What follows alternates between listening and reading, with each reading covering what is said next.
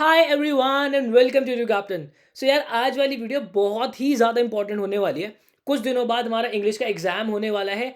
कौन कौन सी ऐसी कॉमन मिस्टेक्स है जो कि आपको जो है अच्छे नंबर लेकर आने से बहुत दूर कर देती है, उनकी बात करूंगा। साथ ही 2018 के हमारे टॉपर की आंसर शीट जो है वो डिस्क्रिप्शन बॉक्स के अंदर डलवा रहा हूँ, वहां से आप लोग भी डाउनलोड कर लीजिएगा। साथ ही साथ उनकी आंसर शीट को एक प्रॉपर एनालिसिस करेंगे, देखेंगे कि क्या क्या उनकी शीट से हमें सीखने को मिल रहा है। यार देखो, सबसे पहले आपको जो है क्लियर एंड नीट राइटिंग रखनी ही पड़ेगी। अभी आपके पास जितना भी टाइम है उस बीच में आप जो सैम्पल पेपर सॉल्व कर रहे हो, अपने 3 घंटे की सेटिंग जो है बनाना शुरू कर दो। 9 से 12 के बीच में ही आपको बैठना है। क्यों? क्योंकि उसी टाइम आपका एग्जाम जो है वो शेड्यूल है। तो अपने घर पे किसी कॉर्नर के अंदर, और वो कॉर्नर एक मत रखना, उसको डिफरेंट डिफरेंट डायरेक्शंस के अंदर रखना। कोई टेबल या फिर चेयर आप जो है कभी ईस्ट डायरेक्शन में रख ली, कभी दूसरे रूम के अंदर वेस्ट डायरेक्शन के अंदर रख ली। उससे होगा क्या, जब हम कहीं एक जगह पर बैठ के जो है आंसर्स लिखते हैं तो हमारा ब्रेन जो है अलग तरीके से फंक्शन कर रहा होता है। बट जब हम सीट चेंज करते हैं तो थोड़ा सा इसके ऊपर इम्पैक्ट पड़ता है। तो आपको जो है अपने ब्रेन को अभी से ट्रेन करना है, और आपको जो है हैंड राइटिंग बहुत ही नीट एंड क्लीन लिखनी अभी से शुरू करनी है। इसको समझना पड़ेगा, इसके पीछे का रीज़न क्या है। यार देखो, हमारी आंसर्स जो होने चाहिए ना, वो एक्चुअल में जब शीट हमारी चेकर के पास जाए तो उसको लगे कि यार उसको कहीं से भी कोई भी डिस्कम्फर्ट हमें नहीं देना। उसको ये देखना है कि भाई मेरी तैयारी बहुत अच्छी है, तेरे को मैं मौका भी नहीं दूंगा नंबर काटने का। तो हमें मोती बरसाने, आप यहाँ पे देख सकते हो कि ये इन्होंने स्टार्टिंग है, ये इनका स्टार्टिंग का पेज है। और ऐसा नहीं कि स्टार्टिंग के पेज में ही बहुत अच्छी हैंड राइटिंग है। आप थ्रू आउट अगर आंसर्स को, पूरी शीट को देखोगे एंड तक भी आके, ये एंड पेज है, यहाँ तक भी इन्होंने बहुत नीट एंड क्लीन जो है अपना जो है आंसर लिखा है। अब यहाँ पे आप देख रहे हो, यहाँ पे इन्होंने शुरू किया है पेज नंबर 3 से। इसका मतलब ये है कि जो पहला पेज होता है जिसके ऊपर हमें अपने नाम, रोल नंबर ये लिखा होता है, उसके बाद हमारी छोटी सी शीट बच जाती है, उस पे इन्होंने कुछ नहीं लिखा। देन उसके बाद जो पीछे वाला पेज होता है उस पे भी इन्होंने कुछ नहीं लिखा। फिर जो राइट हैंड साइड पे पहला पेज पड़ता है हमारा, वहां से इन्होंने लिखना शुरू किया है। यार देखो, ये हमारे साथ ना स्कूल में भी होता था। जो हमारे लेफ्ट हैंड साइड वाले पेज होते थे ना, वहाँ हमें थोड़ा सा डिस्कम्फर्ट होता है लिखने में। वहीं जो राइट हैंड साइड वाला पेज होता है उसमें थोड़ा कंफर्ट होता है, क्योंकि उसके नीचे इतनी मोटी जो है वो कॉपी हमारी ऑलरेडी होती है। तो आपको भी यही करना है, आप भी राइट हैंड साइड वाले पेज से ही प्रॉपर शुरू करना। ये मत समझना कि एग्जामिनर नाराज हो जाएगा, कुछ हो जाएगा, नहीं। आपको कायदे से लिखना आप कौन सा सेक्शन शुरू कर रहे हो। देखो, कोई भी सेक्शन से आप शुरू कर सकते हो, वो आपकी चॉइस है। पर मेरा पर्सनल आपको जो रिकमेंडेशन रहेगा वो रहेगा, आप सेक्शन सी से स्टार्ट करो। इसके पीछे का लॉजिक बताता हूँ। यार देखो, जितनी भी स्टोरीज हैं वो हमें पता होती है। अभी हमारे पास टाइम है, कुछ आप जो है 10 ईयर उठा लेना, और प्रीवियस ईयर जो मोस्ट रिपीटेड क्वेश्चंस हैं उनको हाथ से लिख के जरूर देख लेना। उससे होगा क्या, कुछ वोकैबलरीज जो है हमारी टिप्स पे आ जाएंगी, और कैसे प्रेजेंट करना आंसर को वो हमारे टिप पे आ जाएगा। उससे होगा, होता क्या है कि जब हमारी पेपर की स्टार्टिंग होती है तो एग्जामिनर को हम कहीं गलती करने का मौका नहीं देते। और 3-4 शीट में जब एग्जामिनर को कोई गलती नहीं मिलती ना, तो उसको आपके ऊपर भरोसा आ जाता है कि नहीं यार, ये बालक जो है इसने थ्रू आउट ईयर जो अच्छी पढ़ाई की है और ये अच्छा कैंडिडेट है। तो वो आपकी बहुत सारी गलतियां जो होती है ना वो नज़रअंदाज हो जाती है, और वो जल्दी जल्दी आपका पेपर जो है चेक करने लगता है। तो रिकमेंडेशन मेरा यही रहेगा कि भाई आपको प्रेजेंटेशन इस तरीके से बनानी है कि एग्जामिनर को कहीं से कहीं तक भी कैसी भी तकलीफ हम जो है वो नहीं दे रहे हैं। ठीक है। देन उसके बाद यहाँ पे क्या है, blank space after every answer. यार देखो, यहाँ पे अगर आप इनकी शीट देखोगे, हर आंसर के बाद इन्होंने एक ब्लैंक स्पेस दे रखा है।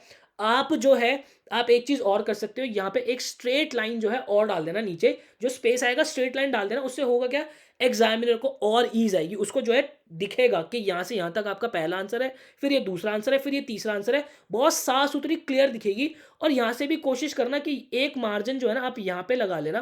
ठीक है। और आंसर्स को बिल्कुल टच टू टच लिखना है यहाँ पे, मतलब कि आपके बिल्कुल जो स्पेसिंग होनी चाहिए वो इक्वल होनी चाहिए। ये तो फिर भी थोड़ी सी अनइवन सी हो रखी है स्पेसिंग यहाँ पे, बट आपको इवन रखनी है, तो और अच्छी क्लैरिटी जो है आपके आंसर्स के अंदर जो है वो आ रही होगी।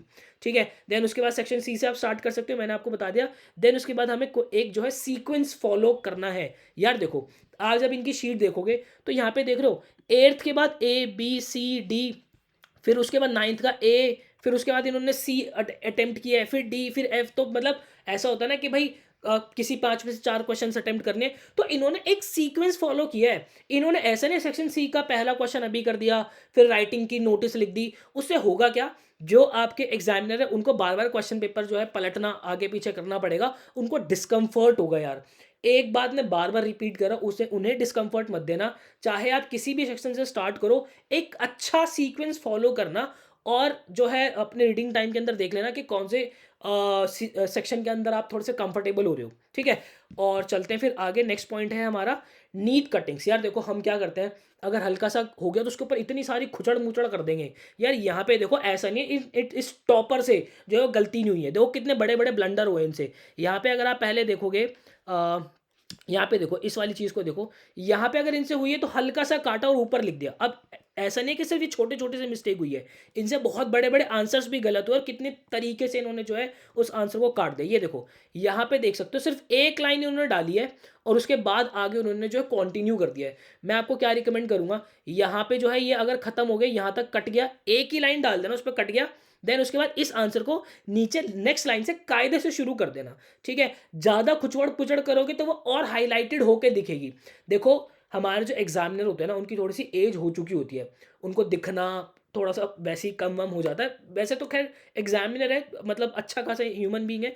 बट यार ठीक है, उनकी एज के हिसाब से हमें भी तो थोड़ा खेलना पड़ेगा ना। हमें भरोसा दिखाना उन्हें कि भाई मेरे को सब कुछ आता है, आपको कहीं से कहीं तक डिस्कम्फ़र्ट नहीं दे रहा मैं। तो इन बातों का आपको ध्यान रखना है।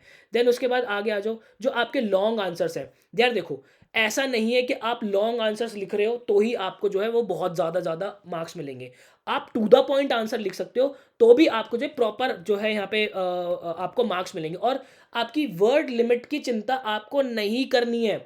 अगर 50 वर्ड से आपका आंसर जो है 50 वर्ड का पूछा गया है, आपसे अगर वो 70 वर्ड, 80 वर्ड, 100 वर्ड भी हो जाते हैं, तो भी आपको चिंताएँ नहीं करनी है, बिल्कुल भी चिंता नहीं करनी है, आपके आंसर्स नहीं कटेंगे।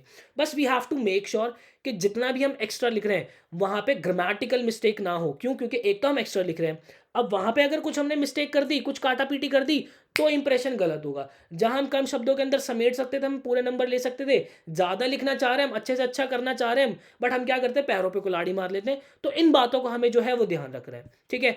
देन उसके बाद आगे चलते हैं। Page left after each section, ये बहुत इंपॉर्टेंट चीज़ है यार। देखो, सेक्शन सी आपका स्टार्ट हुआ, ठीक है, चलते हैं आगे बढ़ते हैं। यहाँ पे अगर आप देखोगे, तो यहाँ पे देख लो सेक्शन सी इनका खत्म हो गया बिल्कुल। अब ये नहीं है कि अगर इनका सेक्शन सी यहाँ पे खत्म हो गया तो यहीं पे सेक्शन ए डाल के जो है हम अपने जो अपना पैसेज है उसको सॉल्व करके उनके आंसर्स लिख रहे हैं। नहीं भाई, पेपर की चिंता आपको नहीं करनी है, कैसी भी कहीं से कहीं तक भी। यहाँ पे देख लो, सेक्शन बी डाल के इन्होंने नेक्स्ट पेज से कायदे से चीज़ें शुरू की है, तो आपको हर एक सेक्शन के बाद पेजेस छोड़ने ही छोड़ने हैं, इस बात का ध्यान रखना है आपको, ठीक है? क्योंकि प्रेजेंटेबिलिटी आपकी अच्छी आती है, आपके पास पेजेस और बच जाते हैं और अगर सेक्शन बी, अगर राइटिंग सेक्शन आप कर रहे हो, तो उसके अंदर आपको अच्छा खासा स्पेस मिलता है, ठीक है? देन देखो, should have drawn line with pencil after each answer, इसकी हम बात कर ही चुके हैं। हर आंसर के बाद आपको पेंसिल से लाइन ड्रॉ करनी ही करनी है। देन आगे चलते हैं। अब अगर मैं आपसे लिटरेचर की बात करता हूँ ना, तो देखो, the right start, correct answers. देखो, हमें मैंने आपको क्या बोला था, लिटरेचर से आप जब स्टार्ट करते हो तो वहाँ पे क्या होता है कि आपको आंसर्स पता होते हैं, तो आप अच्छे-अच्छे बढ़िया-बढ़िया आंसर्स लिखते हो, इंप्रेशन अच्छा आता है। और हमें क्या है, इंटेलिजेंट आंसर्स लिखने हैं। इंटेलिजेंट आंसर्स का क्या मतलब हो गया कि भाई यहाँ पे जैसे आपने वोकैब थोड़ी ठीक-ठाक यूज़ कर ली। मैं ये नहीं कहूँगा कि आपको जो है बहुत हेवी वोकैब यूज़ करनी है, नहीं, बहुत हेवी वोकैब यूज़ नहीं करनी है। आपको जो है अच्छी, मतलब मॉडरेट सी आप वोकैब यूज़ कर सकते हो। ईडियम्स आप जो है अच्छे खासे यूज़ कर सकते हो, उससे थोड़ी प्रेजेंटेबिलिटी आती है हमारी, ठीक है? अब मैंने इसकी बात आपको बता ही दी है कि word limit has not been followed, warning, don't cross word line if you are a slow writer. अगर आप बहुत धीरे-धीरे लिखते हो, तो क्रॉस करने की मत सोचना, क्योंकि अब आपके पास टाइम ऑलरेडी कम बच जाएगा, आप स्लो लिखते हो, ठीक है? देन उसके बाद should had begun from a next page, इसकी भी बात मैं आपसे कर चुका हूँ। लिटरेचर सेक्शन भी अगर आप कर रहे हो तो बिल्कुल फ्रेश पेज से ही आपको स्टार्ट करना है, ठीक है? राइटिंग सेक्शन की बात कर लेते हैं। मैंने आपको बता दिया, वोकैबुलरी ऐसा नहीं है कि फ्लॉक्सनोसना, हिलिफिलिफिकेशन, इस तरीके के वर्ड आप जो है वो यूज़ कर रहे हो। कोई जो है इनकी यूज़ में नहीं आएगा। आपको अच्छे-अच्छे, मीठे-मीठे से वर्ड यूज़ करने हैं, ठीक है? देन उसके बाद आ जाओ यहाँ पे, have relied more on fancy idioms and saying. अब देखो यार, यहाँ पे अगर आप इनके आंसर राइटिंग देखोगे ना, इन्होंने कहीं पे बहुत अच्छी-अच्छी जो है वो ईडियम्स यूज़ कर रखे हैं। तो आप कोशिश करना कि आपके आंसर्स में भी ईडियम्स आएँ, ठीक है? उससे होता क्या है, एग्ज़ामिनर को मज़ा आता है आपके आंसर्स पढ़ने में कि यार ये कितना क्रिएटिवली लिखता है बंदा, ठीक है? तो ईडियम्स जो है, अब भी बहुत जल्दी मैं एक वीडियो लेकर आने वाला हूँ, जिसके अंदर मैं बहुत इंपॉर्टेंट ईडियम्स आपको कराऊँगा और वो एक ऐसी वीडियो होगी, कैसे ईडियम्स होंगे, लिस्ट दे दूँगा ईडियम्स की। जो कि बहुत सारी सिचुएशन के अंदर जो है वो फिट आके बैठ जाते हैं, ठीक है? इस तरीके की इडियम्स होंगे, तो उनके ऊपर जो है वो नज़र डाल के चले जाना और मुझे कमेंट सेक्शन के अंदर बताना, क्या आपको ऐसी वीडियो की नीड है या मैं फालतू ही एनर्जी लगाऊँगा? तो अगर आप कहोगे तो मैं डेफ़िनिटली वो वीडियो जो है बना दूँगा इडियम्स एंड फ्रेजेस की।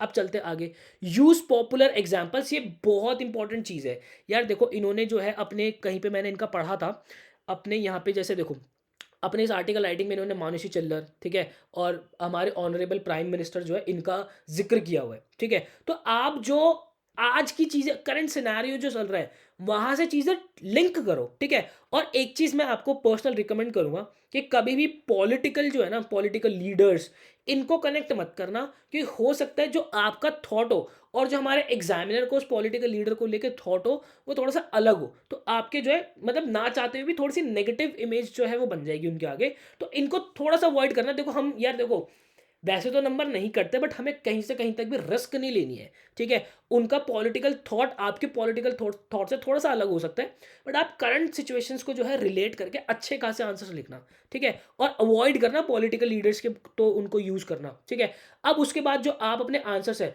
उनके ना बहुत मॉरली करेक्ट दिखाओ। कुछ वर्ड अच्छे-अच्छे यूज़ करो कि मैं बहुत हार्ड वर्क करना चाहता हूँ सोसाइटी के लिए, डिटर्मिनेशन दिखाना चाहता हूँ, मैं सोसाइटी को पढ़ाना चाहता हूँ, मैं जो है गरीब लोगों के लिए कुछ करना चाहता हूँ। इस तरीके की चीज़ें जब आपके आंसर्स में रिफ्लेक्ट होती है ना, तो एग्ज़ामिनर को एक बहुत अच्छा इंप्रेशन पड़ता है। वो सोचता है कि यार ये बंदा कितना सही है, इसका थॉट कितना अच्छा है, ये कितना गुड स्टूडेंट है और ये एक्चुअल में सोसाइटी के अंदर कुछ इम्पैक्ट डालना चाहता है। तो इस तरीके के थॉट्स जो हैं वो आपको आपके आंसर्स में प्रेज़ेंट करने हैं, और इसी तरीके की प्रैक्टिस जो है वो आप लोग अपना करना शुरू कर दो। तो आई होप यार आपको क्लैरिटी मिली होगी। मैं इस ये जो हमारी आंसर शीट है टॉपर की, ये डिस्क्रिप्शन बॉक्स के अंदर डलवा रहा हूँ। वहाँ से डाउनलोड ज़रूर कर लेना, एक बार आंसर्स को रीड करके देखना, और जो मैंने चीज़ें आपको बताई हैं, उनको एक बार पेन पेंसिल से कहीं पे लिख लो, और जो आपके पास बचे हुए दिन हैं, उनके अंदर जो है थोड़ी-सी प्रैक्टिस उनकी कर लेना। और एक बात हमेशा ध्यान रखना, जो मैंने मॉरली करेक्ट आंसर्स की आपसे बात की है, वो ज़रूर, ज़रूर, ज़रूर दिखाना, क्योंकि आपको ये दिखाना है कि भैया मैं बहुत अच्छा स्टूडेंट हूँ, आपको कहीं से कहीं तक दिक्कत नहीं दूँगा। तो आई होप आपको क्लैरिटी मिली होगी। मुझे कमेंट सेक्शन के अंदर ज़रूर बताना ये वीडियो आपको कैसी लगी है। मिलता हूँ ऐसे किसी नेक्स्ट वीडियो के अंदर, मुझे दीजिएगा इजाज़त। Till then bye bye and take care.